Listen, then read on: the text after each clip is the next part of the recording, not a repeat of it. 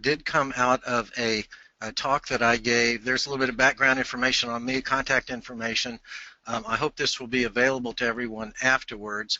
And so, if you would like to, Jack, if you want to send us a PDF copy of your presentation, yes. then we will distribute it. Otherwise, put that screen up at the end, and people will get Very your good. contact. All right, thanks. All right. So as I was saying, this has come out of a meeting that I was at in Charlotte, and at that time, the talk was entitled HRV, Biofeedback and Dysregulation of Autonomic Cardiac Adjustments in PTSD. Autonomic balance improves stimulus appraisal after orienting and self-regulation of the response action cascade. Well, to make a long story short, that is what we are researching here, and that's what I want to talk about today as well. Some of the slides that I'm going to put up today are the same as those that I presented in Charlotte, but there are going to be some new ones and some interesting ones, and some slides that I hope will be important to understanding this topic. So I have three topics that I've organized this presentation into. First is a background on HRV and HRV coherence. The second is how HRV coherence is related to PTSD. And then some of the research that we're doing here in Columbia at the Dorn VA Medical Center. So with that, then, let's begin. The basic idea of heart rate variability, and I'm not really sure about the level of background of the audience here, but I'm going to start pretty basic, but then try to get up to speed pretty quickly as well. So if I skip too much, or if there's something that's really not clear, something you'd like to know a little bit more about, go ahead and ask, and that'll be fine. So first of all, HRV is very popular now, and I think there probably are some misconceptions about it. So I want to try to narrow the domain of application for it. HRV does generate quite a lot of data, and as the task force wrote about 20 years ago, at the bottom there in bold, the significance and meaning of the many different measures of HRV are more complex than generally appreciated, and there is a potential for incorrect conclusions and excessive or unfounded extrapolations. So let's just say then, as central as HRV is to understanding many types of physiological and psychological behaviors, it's not a panacea, it's not an end-all be-all, it's not a totally complete explanatory framework, and we can't rely on that alone. However, I do think it's an essential and critical part of much of the studies that is going on today in mental health and PTSD in particular. So with that in mind then, taking our next step, the idea is that consecutive heartbeats have an interval of time in between, and depending on what the rate of the beats per minute is, the rate of heart rate, that IBI, or interbeat interval, will vary slightly but measurably. And that's really where the rubber hits the road. It's measuring the interval between spikes or landmarks on the PQRST complex wave of a heartbeat. So, for example, here you can see the first heartbeat, the first two heartbeats are separated by 859 milliseconds, and that translates linearly or mathematically to 70 beats per minute. And the next one is 793 milliseconds, and that's 76 beats per minute. And it's that variability right there in between consecutive heartbeats that forms the basis of the mathematical and the physiologically important heart rate variability. So where does it come from? Well, if we think back onto some of our undergraduate biology, and for those of you who studied that, the Lowy experiment, which first discovered acetylcholine. And I do want to touch on many, many things here, so I might go fast sometimes. But what I want to show you is how it works. If we take dissected hearts and put them in a bath or two chambers that are separated with a connection here, but the pump is off and no stimulation, we'll find that they both are beating at a similar and relatively high heart rate that's governed by the pacemaker. If we now stimulate a vagal nerve, that is an axon that's connected to a cranial nerve, the vagus nerve, the 10th nerve in human beings, we'll find that this heart here will slow down due to that stimulation, but the separated heart does not. If we just turn the pump on so that now we are circulating the fluid and stimulate only on one side, lo and behold, here we see the deceleration occurs on the second heart. So there's something that comes out of the vagal nerve synapse here, gets onto the heart literally, and slows down that heart rate so that it now looks like the heart rate of the stimulated organ here. And that stuff is acetylcholine. That then is the fundamental reason that we have heart rate variability, and that's controlled by the oppositional arms of the autonomic nervous system, where, as we understand in a simple-minded way, the sympathetic system generates heart rate acceleration through norepinephrine delivered through the sympathetic nerve ganglion, and the to the heart as well as other viscera. So we can we can imagine how an average heart rate might differ in terms of the consecutive heart rates. So if we look here at an example, a heart rate of 60 beats per minute where there is no variation will give us 60 beats per minute at 1 second each, but there's no variability. And here we see if we have a change from 0.8 to 0.9 to 1 to 0.9 to 0.8, this actually should be 0.9, this should be 0.9, 1, 1.1, and then 1 and 0.9, so that the mean is 1. Heart rate variability would be high. That then would generate the tachygram, and the tachygram is a way of representing these instantaneous heart rates across time. And you can begin to see a pattern here of how the heart rate, or the instantaneous heart rate, beats per minute, is changing over a time period, which in this example here, this is about 10 minutes of recording. Well, that generates all kinds of numeric or quantities that we can analyze, the most simple of which, and one of the most useful indicators of heart rate variability, is the SDNN, which is very simply understood as the standard deviation of all of these interbeat intervals. If we just took the column of numbers here of our beats per minute and just found the standard deviation of it, that would be a measure of the variability. And that actually is a useful indicator of the physiological status of that individual. Another very useful one is RMSSD right here, root mean smooth standard deviation, and I'll talk about that just a little bit more. But these two are called this group of variables are called the time domain measures because they are untransformed and they are just a sequence or a group or a collection of interbeat intervals. Now, if we begin to organize these interbeat intervals into some kind of meaningful pattern, you can see that it is possible, and it is in fact observed, that in some cases the pattern of change of interbeat intervals forms a nice rhythmic pattern that can be graphed as a sine wave or sinusoidal pattern. So in an ideal case, you see here how IBM is transformed linearly into beats per minute, IBI to beats per minute, where 1,000 IPI is 60 beats per minute. If we vary that regularly, going from 50 beats, 52, 57, 63, 76, 80, and then back down, 76, 63, 57, 52, we get a sine-like wave. That will be very important when we talk about coherence. Now we can alter that wave just a little bit, and in this case we've kept the frequency the same, but we can have different amplitudes at that same frequency, still maintaining the sinusoidal wave. And this is actually what some of the real data looks like that's just extracted, where the interbeat interval in this particular series is 705, 716, 754, and then begins to decline, takes a little step back, gets up 775, 800, and then begins to decline more or less steadily. And so you can begin to see here how you're getting a gradual increase and decrease in the IBIs. Well, we have one more big step to take to understand these variables, and that's how we transform this time series into a frequency series. And that's done with the Fourier transform. And while it's pretty complex, practically speaking, it's not difficult to do, and there are computer programs to do it.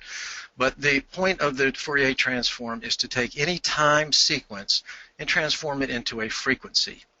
So that, for example, if we had a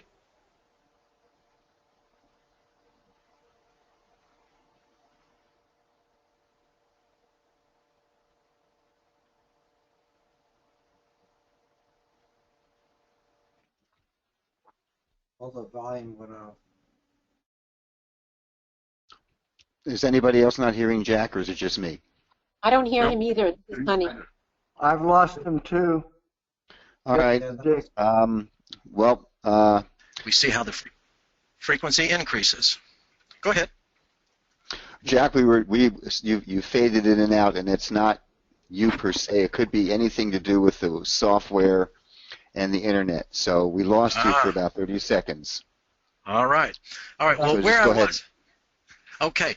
Let me just say then that it is possible and relatively easily done to transform a time sequence into a frequency sequence.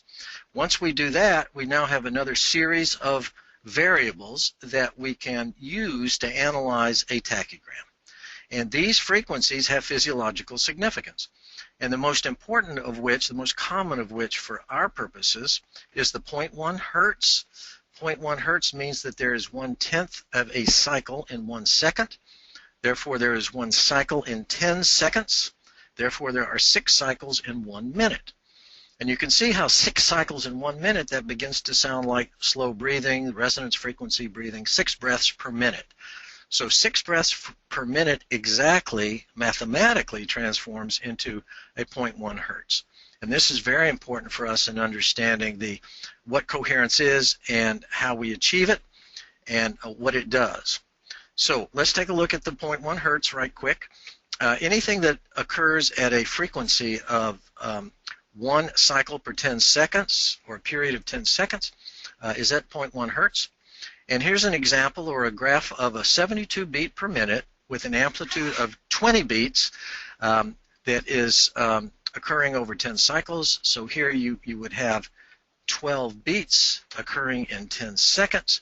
And if we then expand that over 6 cycles for 1 minute, ideally speaking, we would have a trace that would look like that. Now these are the new slides. I believe they have some significance and importance for us all in understanding heart rate variability because it gives us what some ideal numbers would be. So the SDNN of an idealized curve that has a mean beat per minute of 72 with an amplitude of 20 is 83.9. That's the standard deviation now. There's a rule of thumb that's in the literature that 50, a standard deviation, an SDNN of 50, is generally considered to be the cutoff between a healthy and a not healthy heart rate variability score. So just bear that in mind. 50 is, anything above 50 is good. Things below 50 begin to suggest there's something amiss, whether it's an emotional dysregulation or perhaps some kind of physiological regulation. So for a simple standardized 72 beat per minute, 20 amplitude, 83.9. We can look at the LF power, which is that 0.1 peak, and it's about 7,000 milliseconds squared. Remembering that power in the frequency spectrum is the area under the curve. Now, let's play with these curves a little bit.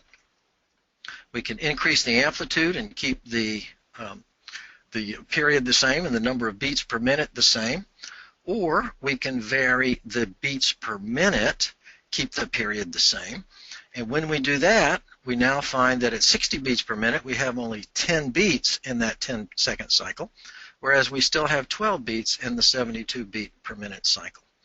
So I want to make one more change and then examine the numbers. Let's see if I can move this a little bit out of the way. Yeah, that's a little better. If we look at 4 traces here, the quantitation of 4 traces, we're going to take 72 beats per minute and vary the amplitude from 20 to 30, and then do the same for 60 beats per minute. And let's look at how our power scores change. Well, SDNN, that simple measure of standard deviation, reaches its maximum in this series when the average beats per minute is low and the amplitude is high. That seems to be a principle. Low heart rate, high amplitude generates the greatest amount of heart rate variability. And if we look at the power score here in the LF, which is the 0.1 peak, we see it jumps from 7,000 to a whopping 35,000. It's difficult to see this in practice, but we've approached that in some cases where we've had very successful intervention with the heart rate variability biofeedback. So the range typically of healthy people is anywhere from 7,000 to as much as 35,000 milliseconds squared for a when in coherence. Okay, well, let's carry on a little bit further then. This coherence thing, how do we get this nice sinusoidal curve? How do we generate that? What do we do to make that happen in our subject or in our clinician or in our patient in the clinic? And it's very simply done, and that is by controlling the respiration rate, because heart rate variability is directly related to the respiratory cycle.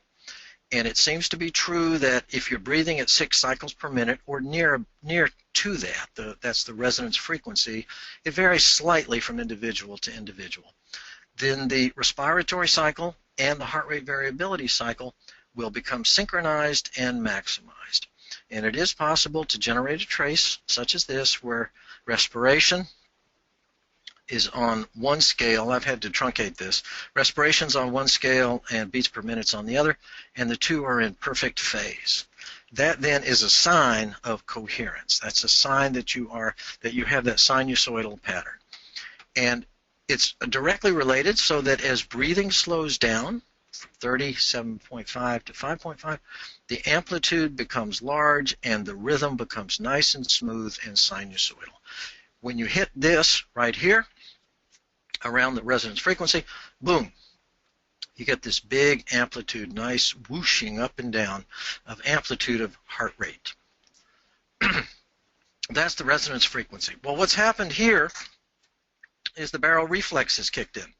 The barrel reflex is control of arterial blood pressure, which is sensed right here in the aortic arch, and then is centrally mediated, so that as your heart rate naturally varies with respiration, those changes are being sensed by the baroreceptors here. When heart rate reaches too high of a level, blood pressure will increase in order to slow down the amount of blood in circulation. It's a homeostatic mechanism. If heart rate becomes too low, then blood pressure will increase in order I think I said that wrong, but when heart rate is too high, blood pressure will decrease in order to allow the flow to stay the same. And when heart rate slows down too much, then blood pressure will increase. That is the barrel reflex, and it is centrally mediated. Well, just to remind you, this is all centrally mediated, and that both acceleration and deceleration are controlled by afferent from cranial nerve, efferent from cranial nerve, as well as afferent from heart back to central nervous system. And this is a summation or a schema that I got from Dr. Lehrer, but it attempts to summarize this state, this physiological state of coherence, which involves respiration, which then influences heart rate, which then feeds back through blood pressure and the baroreceptors, which then influences vascular tone, so that we now have this feed-forward loop that is homeostatic, all being driven by controlled respiration. Resonance means that at a certain frequency of oscillation, when we put in the input here and the input here from the baroreceptors, if they are synchronized, we reach maximum amplitude. And it can be, you can compare this to a swing where the person in the swing can reach a certain height by kicking their legs, but it could be made higher if someone, let's say Dad of his daughter here, gets behind and gives a push when the swing reaches the peak here. But if that push isn't timed right, if the push is given here before the swing reaches the maximum amplitude, you'll actually slow down the amplitude of that swing. So it has to be synchronized, and that's the resonance frequency. The resonance frequency is that frequency at which the maximum amplitude is achieved. Turns out, physiologically, resonance in the cardiovascular system is manifested in, I'm going to try to move this out of the way again. There we go. Resonance in the cardiovascular system is manifested in high amplitude oscillations of heart rate at frequency of about 6 cycles per minute, which is the 0.1 hertz or 10-second period. That then is coherence. All right, well, we've reached coherence, and let's talk about that just a little bit. The coherent heart rhythm is defined as a relatively harmonic or sine-like wave signal, narrow high-amplitude peak in the LF region, that's the 0.1 hertz, of the HRV power spectrum, and no major peaks in VLF or HF. Coherence is assessed by identifying maximum peak in this range of frequencies in the power spectrum and calculates the integral, that's the area under the curve, in a window that is around the highest peak in that region. And in the diagram here, this is the frequency spectrum. Here's the 0.1 hertz. When you are in coherence, you have a single spike or amplitude peak around 0.1 hertz, and the area under the curve is then measured as a narrow window that attempts to define how much is concentrated, how much variance is concentrated right at that peak frequency. In practice, it is possible and easy to generate a 0.1 hertz peak, and if you look at this report here from Kubios, if you have an individual who does not have synchronized ordered heart rate amplitude shifts, you get a peak frequency spectrum that looks something like this. Whereas when you begin to approach the sinusoidal change in IBIs over time, you generate a peak like this. And these two are mathematically connected. This is the frequency spectrum, the Fourier transform of this tachygram, and this is the Fourier transform of that tachygram. So in practice, in our research, we have seen, as an example, individuals, a veteran, combat veteran comes in, has a tachygram looking like this, and there's his frequency spectrum. After HRV biofeedback coaching, he has a much more organized and rhythmic sinusoidal-looking tachygram, which converts to that. And again, with a higher level of resolution and some better recording equipment, we can start here, and the total LF power here is lower than the peak that we saw before, but also a lot of it, as you can see, the total is spread out throughout the entire band. Here, after the biofeedback, we've now zoomed up in our, and what this is telling me, this total number here, now that we have those numbers to work with, is he probably has a fairly high baseline heart rate, even though he's able to generate a 0.1 hertz peak. So, what does coherence mean? Well, it has a number of properties, the most important of which are these relationships with adaptive behaviors. When you have the 0.1 hertz at 6 cycles per second of 6 cycles per minute of breathing, alertness is up, self-regulation is up, cognitive function. It's not the same thing as relaxation. We think of it as alert or aware, or the term that we use in this research program here is vigilant. This puts you into an alert, vigilant state where you are ready to respond. Well, unfortunately, it's not all that simple. 0.1 hertz is not the only way to determine physiological coherence or health, and there's a lot of work now on fractals. So I just want to briefly mention that high coherence, defined as 0.1 hertz, is not the whole story. There are other ways of characterizing a healthy heart rate, and those are through fractal quantifications, so that a tachygram such as this can be decomposed into smaller and smaller units, which then begin to form this mathematically regular and symmetrical and, in a way, beautiful architectural pattern that corresponds to fractals. But that's not where we're going to go for now.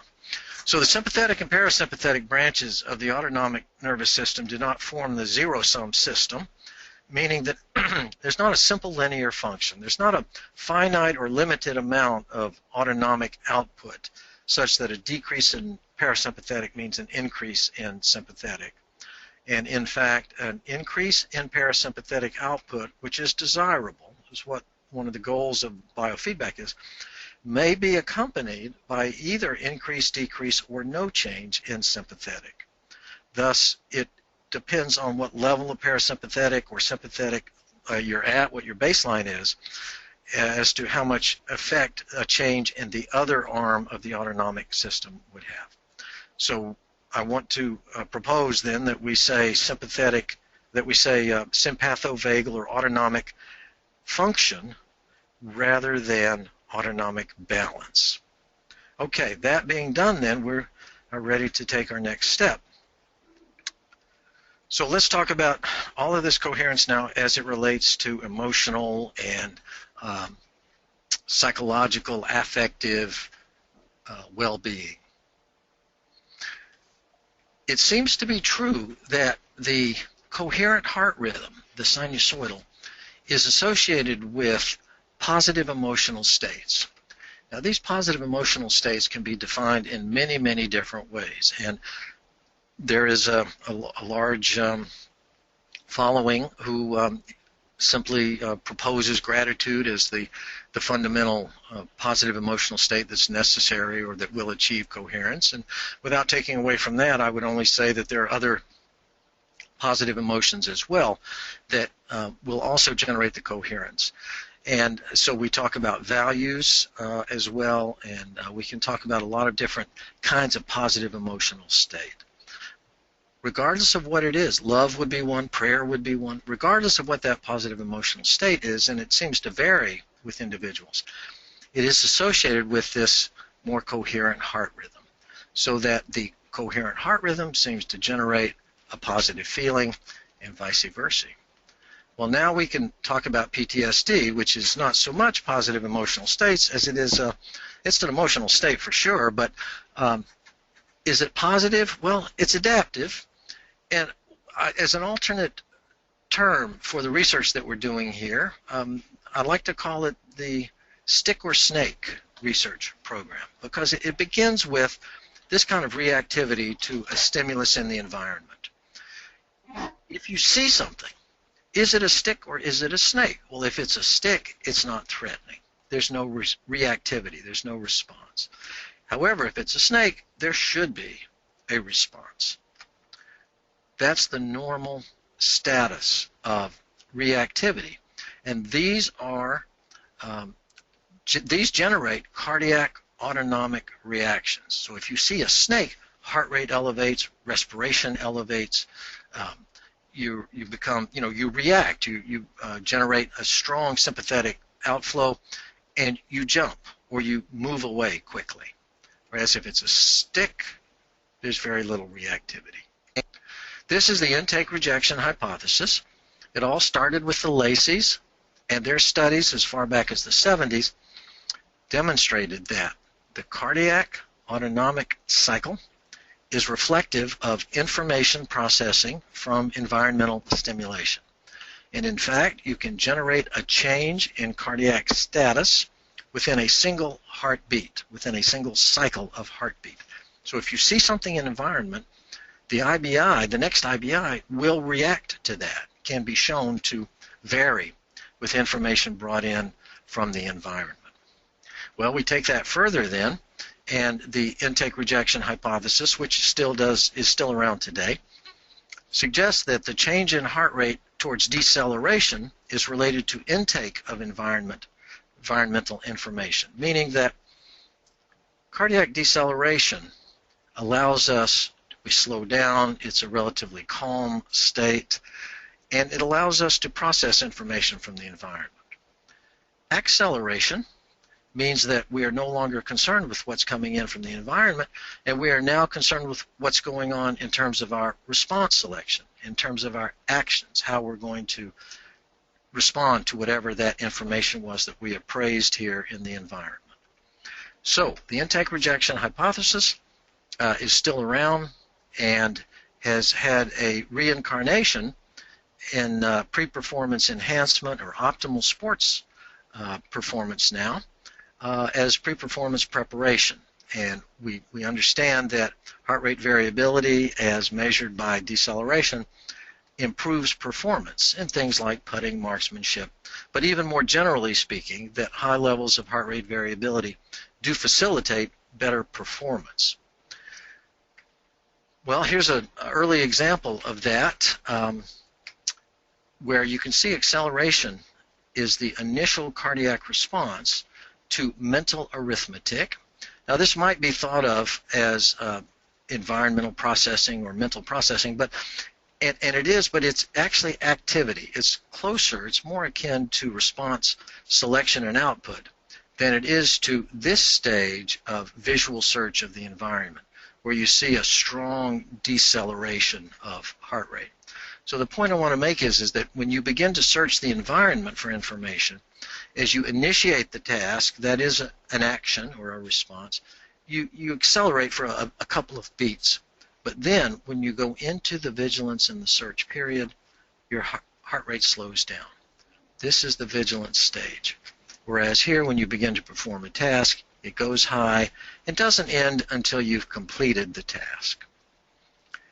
This is cardiovascular learning, and it's generally thought of as a principle, and it's found in a wide variety of animals, mammals in particular, that the cardiovascular changes allow the organism to extend control of cardiovascular reflex patterns to previously neutral stimuli.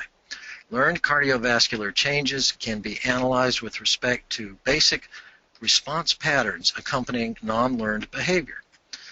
What the cardiovascular response patterns are in any learning situation, and whether these patterns can develop as anticipatory or learned responses. So you learn how to handle information in the environment, and that learning then is reflected in cardiovascular autonomic responses. And this is the fundamental research supporting all of this. Sokolov was the originator, I think, of the orienting and defense reflex principle. It has a modern incarnation now, and Lang and Nadel and several others, Lang and Nadel rather, have developed a very thorough, detailed analysis of what is now called the defense cascade in response to environmental stimuli. And you see here the heart rate declines during, this is the vigilance period, and this is the moment of action where you see an acceleration. Without going through all of this here, this is just verbiage which supports, I guess, or elaborates on what this defense cascade is, and it's telling us that the orientation to a stimulus in the environment is composed of two parts: the parasympathetic cognitive appraisal, followed by the sympathetic response to what the cognitive appraisal is of the threat value of that environmental stimulation. In conclusion, decreased heart rate is associated with increased heart rate variability and facilitated intake of stimulus information from the environment. Autonomic cardiac adjustments to environmental stimulation are an integral part of the orienting response. Orienting is the enhancement of stimulus reception. Deceleration of heart rate is identifiable during the orienting response. Acceleration of heart rate reflects selection of the defensive response. The overall history of theory and research on orienting response and defense response includes the role of general psychophysiological measures and phasic cardiac responses in humans and animals. Autonomic substrates of cardiac responding have behavioral significance. Reveal that cardiac deceleration is necessary for stimulus appraisal after vigilance in orienting. Cardiac acceleration is necessary for defense response selection. In PTSD, however, it's a different story. So let's move into that. What kind of research have we done and do we want to do in order to apply, or how is this relevant for PTSD? Well, it began in my work with one of my research mentors' studies on eye blink and autonomic conditioning in combat veterans. And in it, The trial period had a 5 seconds vigilance or warning signal, after which a mildly aversive stimulus, that is an eye puff, was delivered. So the veteran was rigged up where he was wearing binocular goggles, and a little stimulus, it was a tone, was presented. And 5 seconds later, an eye puff was delivered through the goggles to the eye. So you had a warning signal, not a stimulus, and followed by a mildly aversive stimulus. In the combat veterans without PTSD, you see the deceleration. Whereas in the combat veterans with PTSD, they do not decelerate. So they remain in an alert or in a responsive state. They start out responsive and they stay responsive. Now this graph does not show you what their baseline heart rate is. And other data show that, in fact, the baseline heart rate of the combat veterans without PTSD is lower than the baseline. So this graph here is only showing you change from baseline. So these guys here are much closer to that normal state of heart rate variability where the baseline heart rate is relatively low, and then we get a deceleration which will only increase amplitude of heart rate variability, whereas the veterans with PTSD have an initially relatively high heart rate and show no change during the vigilance period. Where we want to go now then, what we did was first started off with a small study, a pilot study, just looking at changes in PTSD with heart rate variability biofeedback. Now I've given you very little information on biofeedback, on the heart rate variability biofeedback, in favor of trying to establish an understanding of what the whole idea of heart rate variability is. Biofeedback is a method whereby you learn how to induce that coherent state. And simply speaking, you observe your patterns of heart rate or other types of animations that reflect your heart rate, and this is a breathing pacer, and you learn how to adopt the 6 breath per minute resonance frequency. And at some point then you now become accustomed, or you condition yourself to create that coherent state or resonance frequency breathing where you're getting the large amplitudes of heart rate from low to high. That was the intervention then. So we took, this was a small study. There were 5 combat veterans with PTSD and 5 combat veterans without PTSD. All of them got the biofeedback intervention. Everybody got into coherence post-training. These data are from a different study, but the design was the same.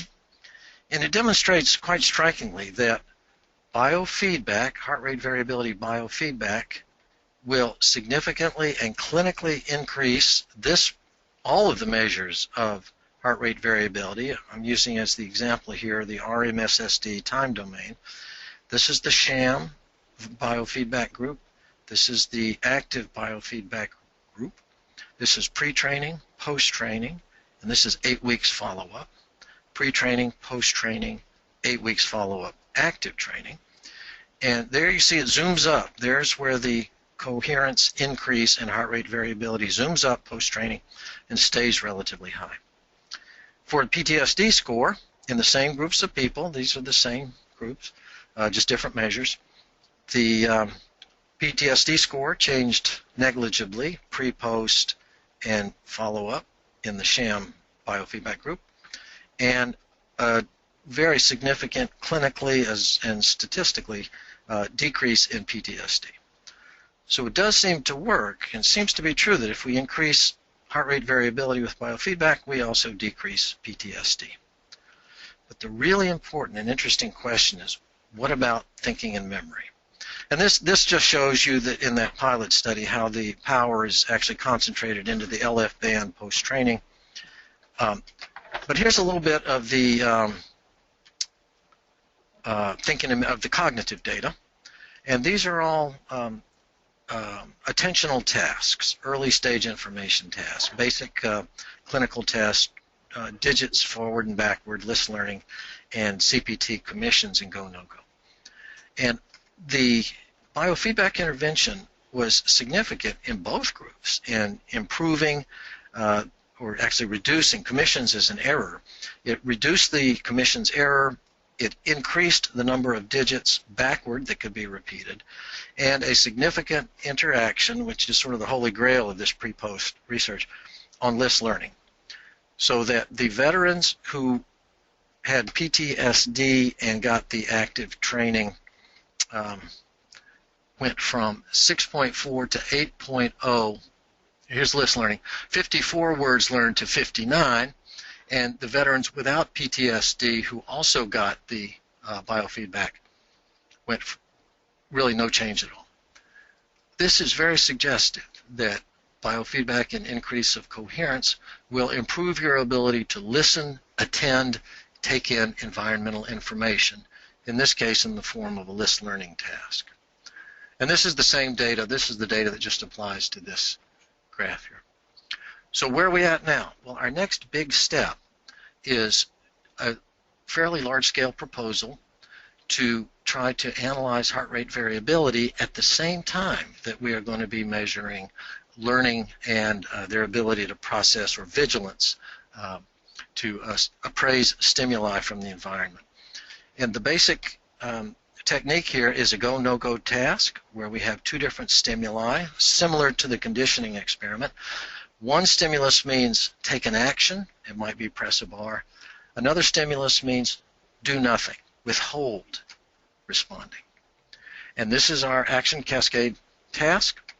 It looks like this. The screen has a resting state, just a circle there meaning nothing's going on. This is the warning signal, vigilance, something is coming. You then get one of two stimuli, either a smiley face or a frowny face, or something that is positive, something that is negative valence, something that corresponds to a go or a no-go. And you simply instruct the subject. When you see this one, do this, press the bar. When you see another one, do not press the bar. And the trial looks like this then on timeline. Rest, 8 to 12 seconds, and then warning for 4 to 8 seconds. And then you get your stimulus, go or no go. And then we wait while they respond. And the idea is that what we're predicting, hypothesizing, is in the non-PTSD individuals, we'll see a lower baseline during rest, and then we're going to see this deceleration during the vigilance after the warning appears. And then we see acceleration after stimulus, after the decision is made. Whereas in PTSD, we expect a higher baseline followed with little or no deceleration during vigilance. So when we put them together now, we go from rest, then warning signal, we would expect a deceleration, then we get either go or no go, and we'd see the acceleration. We would then provide the biofeedback intervention and see if we can move this kind of curve to that kind of curve. Lastly, heart rate and heart rate variability will be recorded continuously, simultaneously with the trial, so that we can actually look at, count heartbeats, IBIs, changes in heartbeats and IBIs during this 25-second trial. Okay, folks, I'm at an end of my presentation. I hope I haven't killed you with all of this. We have plenty of time for questions and discussion. I hope there is some interest here, and I'm going to back out right now and ask if there's any questions. Anyone still there? Yes. Oh, yeah. Yep. Yeah, for me, you went over a lot of material that I have either forgotten or didn't know. It would be helpful to have a list of at least starting resources to focus on the essential research that would be support of what you've presented to us today. All right. I'll do that. I'll make that available to Richard and Robert at the time that I send them the PDF. Is that okay? Perfect. Yep, and we'll distribute that. That would be wonderful. Thank you. Certainly. I have a question, Dr. Ginsberg. This is Martin calling. How much do you consider Hans Selye's stress work in all your research? Ooh. Well, I could hardly say not at all, but I don't couch it in terms of Selye's stress model. Stress and traumatic stress are not the same thing. Stress is more broadly defined as something which alters the homeostatic balance, and it's not necessarily a fear type of reactivity. So I think that's, I'm sorry? Thank you, Tom. I think this is good now. Hang on a second, Jack. We're going to find out who's making the noise in the background and try to mute him. Okay. All right. Well, let me carry on. I think there's a watershed difference between the concept of stress, as Selye uses it, although it may include traumatic stress at times, and what I mean, and what is currently meant by traumatic stress, so that traumatic stress really means a fear of death, extreme intense fear or horror, and one of the main ways to distinguish them, research has shown, and Joseph Ledoux and many others since then, McLaughlin, for example, that there are different brain circuits that underlie stress or anxiety and worry versus traumatic stress and fear. So the amygdala is really a main player in the fear reaction that leads to traumatic stress, which is not shut off. It's like a fear reaction that does not shut off. And we talk about it in the clinic as being frozen or stuck. You're stuck in a state of fear. Whereas the more general concept of stress can be induced by many things which are not fear-inducing or life-threatening or intense horror. For example, and you do see this in the clinic, they say, well, I broke up with my girlfriend. Do I have traumatic stress? And the answer to that is no, you don't. That's not really a life-threatening experience. Yes, you have stress. But because the brain circuits are so different, and primarily stress involves a lot of hippocampal input, and they have a similar common final output through the HPA axis and the whole stress response, but the mechanisms are different, and the course of illness is different. Traumatic stress has a distinct course of illness and has a distinct physiological pattern, and that is a different physiological profile compared to stress. Does that very helpful? Yeah, very helpful. Thank you. All right.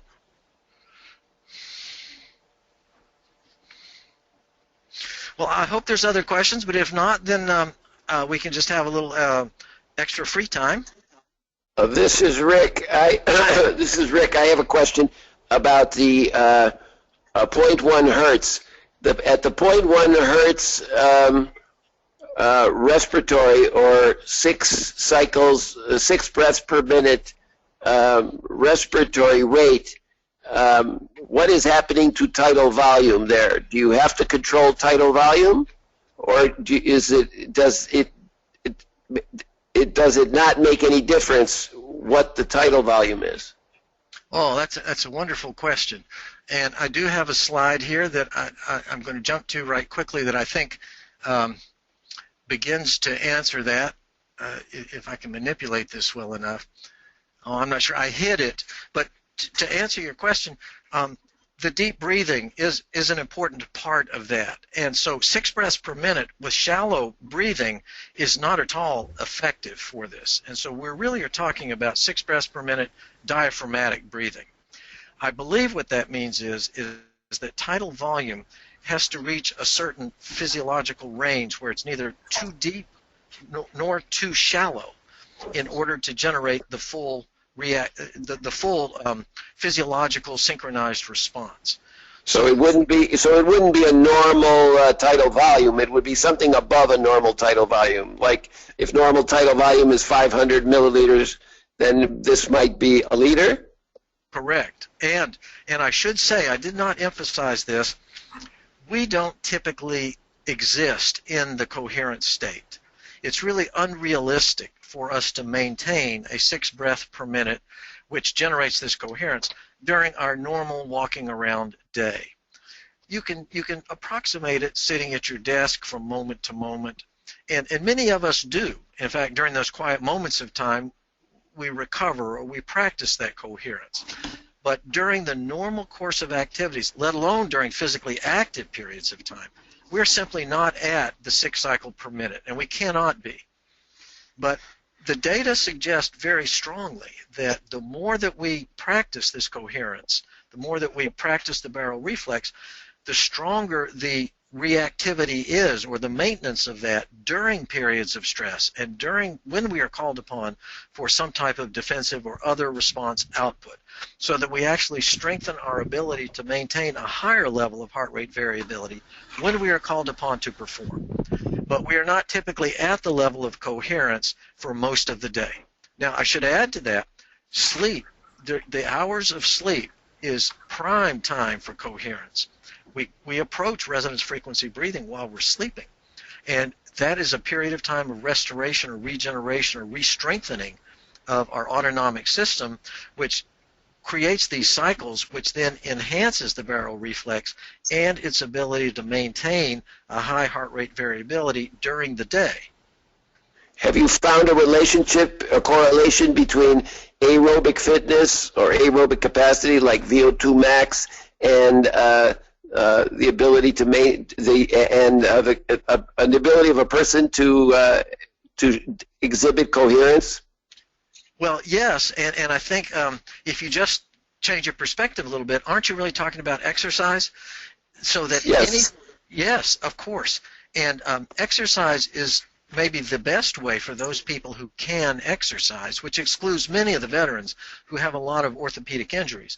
But in cases where you can maintain aerobic fitness and a high level of tidal volume and a high level of respiratory control, you see much higher levels of heart rate variability. So it's generally true that a trained athlete has higher levels of heart rate variability. So, Jack, to jump on that Rick's question a little bit, and one more piece to that. So, if somebody had the beginning stages of something like COPD, would heart rate variability training help them at all? The answer is an unqualified yes, and I would just defer you to Dr. Lehrer. That is his whole body of research, and it unquestionably is an effective treatment for asthma. And I think from what I understand of it, and this is not an area where I have much expertise, I believe any type of respiratory distress could be improved within certain limits with practice of heart rate variability. Thanks. Rick, go ahead. And I was going to say, I think you've made the case for the fact that aerobic exercise could be considered a treatment for most neuropsychiatric conditions where you're trying to maximize coherence. Yeah, it dovetails perfectly with the voluminous and convincing literature that exercise is a good treatment for depression, for example. And so, yes, it runs right along with it. Where I think it's really important, though, is in those many cases where exercise is not really a viable alternative or intervention for people. Can I just ask a question to clarify a point? Sure. Yeah, you said that exercise improves coherence and heart rate variability. Is that mediated through the slower resting heart rates? Yes. Okay. Yes, as I showed that those new slides there, that there's a relationship, all things equal, between lowering heart rate and increasing heart rate variability. So lower heart rate is good for increased heart rate variability, all other things equal. Jack, have they identified heart rate variability patterns in the different stages of sleep, say delta versus REM? You know, I believe the answer to that is yes. I've not extended my own studies into the 24-hour, but I have some colleagues who have, and that's a part of our proposal, is to measure ambulatory, that is 24-hour heart rate variability during sleep as well. But a study that I can cite by Robert Haley, and it's a couple of years old now, where they did do 24-hour autonomic recordings in combat veterans with PTSD, and very nicely showed that heart rate variability is diminished or blunted, the circadian rhythm. So I can only say that, and I don't want to say something which is blatantly wrong, but it seems to be that circadian rhythm applies to heart rate variability and autonomic function as well. So to the extent that sleep stages are also a part of, they're embedded within a circadian rhythm or during stages of sleep. However, is it at a finer grain level? Are there changes in autonomic output with different stages of sleep? I do not know. That's a fascinating, that's an important research question. Let's do a study. Let's find out. I would love to. And you know what? This has fascinating implications for what we call alpha theta training for people with PTSD, because if you're doing heart rate variability during the session when they're going down, now that becomes a measure of how much trauma is resolved while they're in the alpha theta state. And also, many of them go into states similar to sleep, where there's a lot of theta and delta. And that constitutes another level of assessment of does their heart rate variability stay normal in even those deeper states, too. Right. Well, I think there's beginning to be some simultaneous neurofeedback and heart rate variability. A lot of practitioners can do both, but it's the simultaneous recordings which I think are really crucial and the next logical step for us to take. Right. Hey, Jack, it's Bob Condor. Wonderful presentation. Oh, thank you. And I think, you and I have corresponded about the cardiac consequences of concussion, that concussion actually changes heart rate variability. And while I don't have a research lab, we're doing clinical trials with heart rate variability with concussion, and then home exercises for people who can't, don't have the neurofeedback equipment at home. But and the athletes we see, and also a lot of the athletes can't exercise really after a concussion. So we're doing this clinically, but I don't have any research data for you. Right. Well, what we would have to try to figure out here is in cases of concussion, what would be the mechanism that is altering the autonomic, that vagal output? And I could spin something right off the top of my head, and it would be that the residuals of concussion alter maybe the timing or maybe the stages of the EEG signals. And it's those alterations in signals, and I did mention, afference, actually vagal afference from heart back up to central nervous system is really a crucial regulator of autonomic outflow as well. Somewhere in there would be where you would find some derangement, which, and I would challenge you, Bob. I would say, well, which are we changing? Are we changing EEG signal? Is EEG signal changing the heart rate variability, or are we actually are we altering the EEG signal with the cardiac input? I think it's the cardiac afference myself, but I don't know. I think if this is Rick, I believe it works both ways. I think it's a two-way system that you can do. There's more than one way to skin a cat, so you can do more. You can do it both ways, and I think the part of the brain. Well, one of the main parts of the brain that might be mediating this, we have a place called the insular cortex that's very, very sensitive to interoceptive stimuli. That means from the inner body. So many of these signals might be integrated, and we could probably pick that up from looking at coherence, QEEG coherence, between the electrodes that are in closest proximity to the insular cortex. Right. The reason that I'm a strong proponent of heart rate variability is because the ease of intervention. It can be done relatively quickly, and it's effectively, and it's really getting right at, sort of one. Granted that it's reciprocal. Granted, it's reciprocal, but we have a bigger handle. if what we're trying to do is alter the function here, I think we're going to get a greater treatment effect if we alter heart rate variability and send that back to central nervous system. Certainly, in terms of general public access, you've got to be correct, I think, Jack. Jack, this is Wayne Hewlon. Thanks very much for your presentation. I had a cardiac. I'm losing you, Wayne. Okay. I have suffered from bradycardia at 22 beats per minute during sleep to cardia at 290. You know, I'm not getting it. Wayne, okay. Wayne, let's do this. Wayne, if you will write me, if you don't have Jack's address, write the question and I'll send it to him. We're close at a time, but unfortunately you're breaking in and out, and we're not getting but maybe every 5th or 10th word. Okay, sorry. Is that okay with you, Jack? Hello? Jack, is that okay with you if I just get Wayne's question and email it to you? All right. Certainly. Please or do. You have Jack. You have his address right there. Wayne, just write it down, and will do. You can write him directly. Okay, perfect. Jack, we want to thank you very much for an extremely high quality and wonderful presentation. Yes, excellent. Thank you so much for your time today.